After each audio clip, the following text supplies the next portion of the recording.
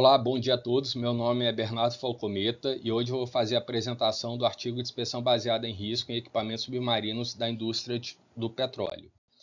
Esse slide apresenta os coautores que trabalharam comigo da Universidade Federal Fluminense. E a produção de petróleo no Brasil é uma atividade de grande importância para a macroeconomia do país. A maior parte do petróleo do Brasil é extraído da área offshore, quer dizer, a área de sistemas submarinos de produção, e as principais funções dos equipamentos instalados no sistema submarino de produção são transportar a produção de óleo até a plataforma e permitir o fechamento e controle do poço.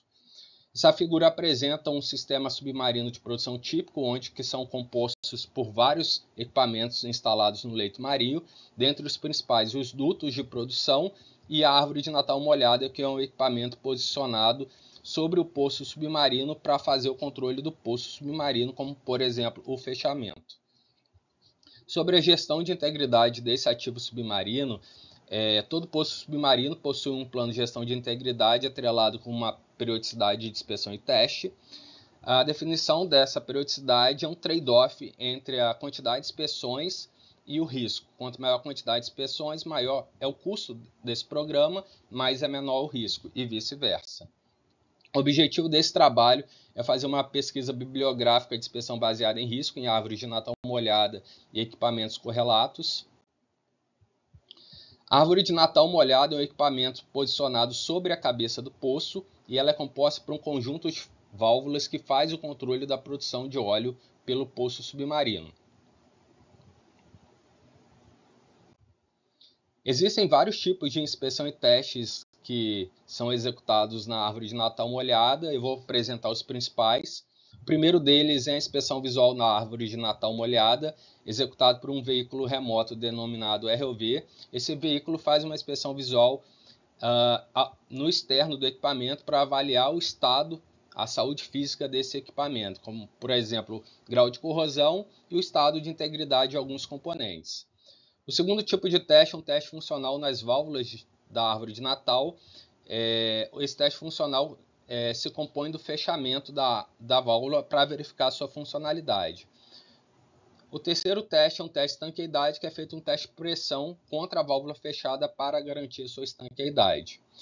Eu utilizei a metodologia Prisma na minha pesquisa bibliográfica, onde que ela funciona como uma espécie de funil que eu vou avaliando com mais detalhes ao longo da avaliação dos artigos.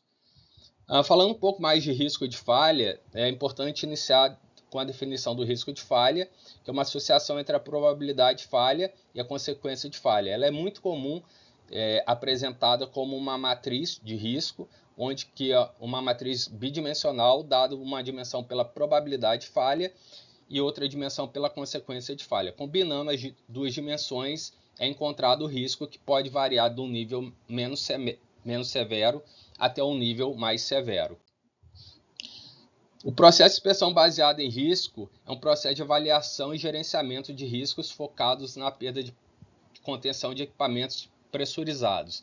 Essa figura apresenta a metodologia da inspeção baseada em risco, onde ela se inicia com a avaliação de dados históricos para se determinar a probabilidade e a consequência de falha, e aí sim determinar o risco de um sistema. A partir da determinação do risco, é priorizado as inspeções nos equipamentos que possuem maior risco. Eu fiz uma busca mais detalhada por 17 artigos, e eu dividi essa busca pela aplicação do estudo, pela metodologia empregada e se esse estudo ele apresenta, se ele determina ou calcula o intervalo de inspeção daquele equipamento em estudo. Falando um pouco mais das ferramentas utilizadas pelos autores, a primeira ferramenta que eu vou apresentar é a análise multicritério, que é um método de análise de alternativas para a resolução de problemas que utilizam vários critérios relacionados ao objeto de estudo. Então é feita uma divisão em níveis de prioridades, para cada nível pode ser aplicado um peso. Uma segunda ferramenta bastante utilizada foi a árvore de falhas. Ela é uma ferramenta que calcula a probabilidade de um evento topo de uma falha e ela utiliza dois tipos de conectores lógicos, o conector lógico do tipo E e o conector lógico do tipo OR. Uma terceira ferramenta bastante utilizada foi o FIMEA, que é uma ferramenta de avaliação de modos de falha e efeito. É uma ferramenta que visa categorizar os modos de falha numa tabela para avaliar a consequência do modo de falha, a probabilidade do modo de falha e a detecção desse modo de falha, priorizando aqueles modos de falha que possuem maior risco. E a última ferramenta que eu vou apresentar para vocês, que foi bastante utilizada, é a rede bayesiana, que são gráficos que representam relações de probabilidade condicional, ou seja, como que a ocorrência de certas variáveis depende do estado de outra variável em estudo. Sobre a conclusão dos artigos avaliados, a definição da periodicidade de inspeção é um fator que pondera o custo da atividade e o risco da operação. O poço de petróleo e equipamento submarino correlato possui diversas condições de contorno que alteram o risco da operação, como, por exemplo, a pressão de trabalho e a profundidade. Inspeções e testes devem levar em consideração o risco, e para se calcular o risco é necessário quantificar a probabilidade e a consequência da falha. Dos artigos analisados, 11 apresentaram uma metodologia que inclui o cálculo de uma escolha de periodicidade de inspeção, porém apenas desses 3 foram específicos para equipamentos do tipo árvore de Natal molhada ou equivalente.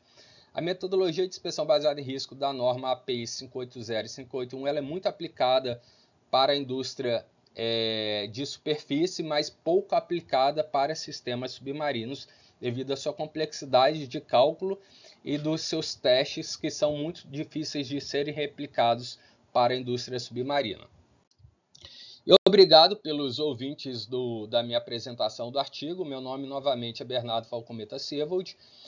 Eu deixo o meu contato e quem tiver mais interesse pode entrar em contato via e-mail. Obrigado.